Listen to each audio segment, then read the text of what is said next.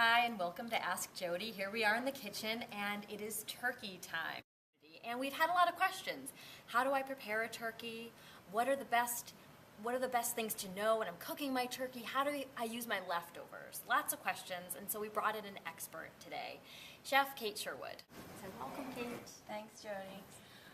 So for our turkey tips, what you're really looking for when you start with a raw turkey, you're going to get a turkey that's frozen, and a big 20-pound turkey needs a lot of time to thaw in your fridge, probably about 3 days. So plan ahead, and you'll have a properly thawed turkey in about 3 days. You want to make sure you remove the giblets and the neck from inside the turkey. The giblets, some people like them as a flavor. If you do, you can add them to a stock. If not, just use the neck, which is meat and bones. It makes a delicious stock, and you end up with a lot more richness and volume in your gravy. Finally, when you're wanting to unpackage your turkey, there's some moisture there, so you take some paper towels and blot it. This will give you really fantastic crispy skin if you blot it off with a paper towel. You really don't want to put it in the sink and rinse it, because if you rinse it, you basically spatter turkey juice everywhere, and you don't want to do that. Then you'll be cleaning everything up with hot soap and water. So Chef Kate, so we've got our turkey in the oven. So what do we do after that? Okay, so one of the most important things that people get wrong is they're anxious about their turkey, so they keep opening the oven. If you keep opening the oven, it lowers the temperature in your oven. It's going to take so much longer to cook. So leave it alone. Count on 15 to 20 minutes per pound. And if you do that, you'll end up with a nice juicy turkey that's properly cooked and not overcooked from the oven temperature fluctuating. The other thing that people tend not to do is let their turkey relax or rest after it has been roasted. Now, what happens when you let it rest is that the juices in the turkey kind of redistribute through the meat, and the meat relaxes, and you get a more tender, juicy meat. So you have anywhere from a half hour to even up to an hour. You've got it tented with foil, so foil covered over your nicely baked or roasted turkey. You've got about an hour to get your other sides heated up and get everything organized, get your table set. Okay, so our turkey is roasted, it's rested, and now how do we cut it?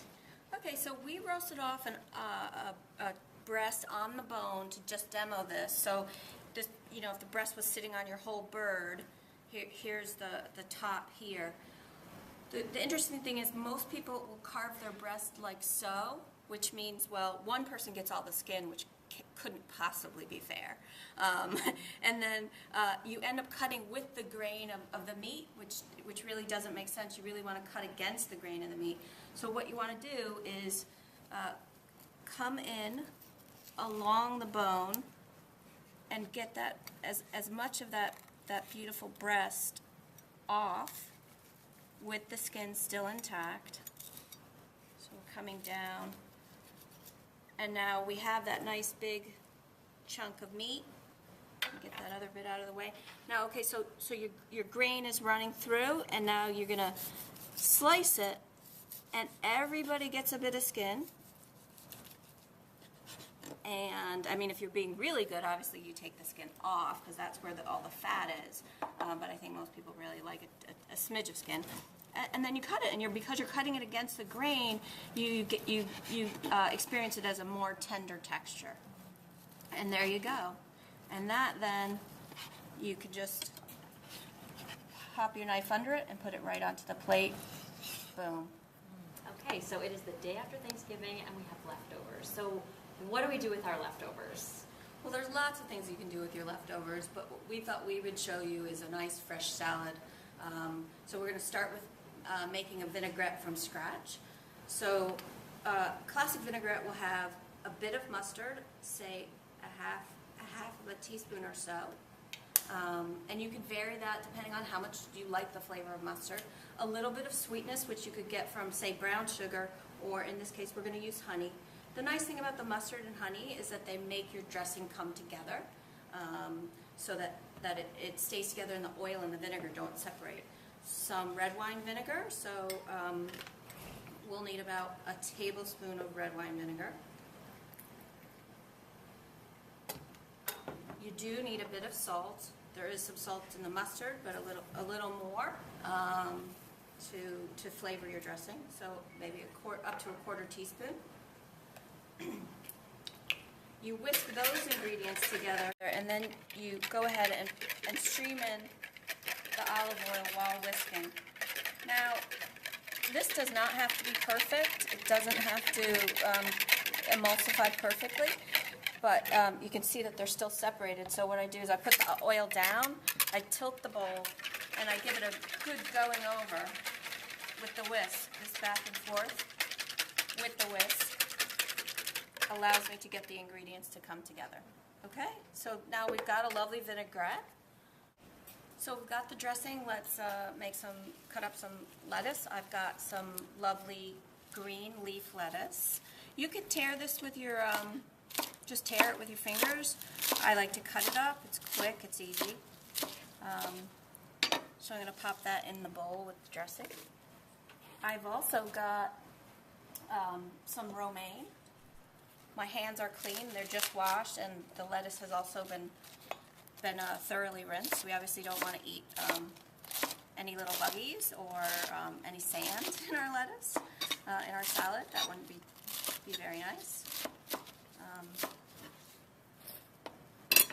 So romaine. So these darker greens are really good for you, better for you than, say, something paler like an iceberg lettuce. So that's in there with the dressing that we made earlier, and we're going to give it a toss together.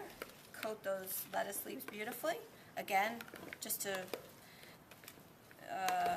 reiterate, clean hands, really critical, because we're doing the whole thing with our hands. You could do it with tongs, but this works nicely. You can feel when the lettuce is ready and all properly coated.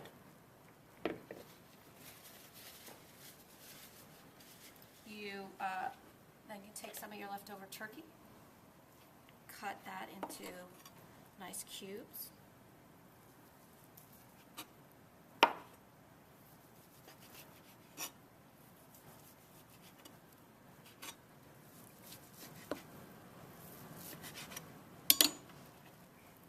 And pop that onto the salad. Now, I really love the flavor of celery, and a lot of people unfortunately throw the center of the celery, which is actually the most tender part, out. What I like to do is save it for my salad. So this is the very center of the celery, and you just slice that up, and the leaves are delicious too. No reason to throw that away.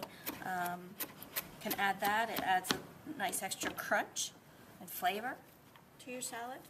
So we've got a little extra color there, different paler green color. And then as a garnish to make this sort of crunchy and extra nice, we have a little bit of sunflower seeds, and then for a touch of tart sweetness, we're adding some dried cranberries, or craisins if you will. And now you look at it and you've got a bunch of different colors, textures, and flavors. This is going to be delicious. I hope you enjoy it.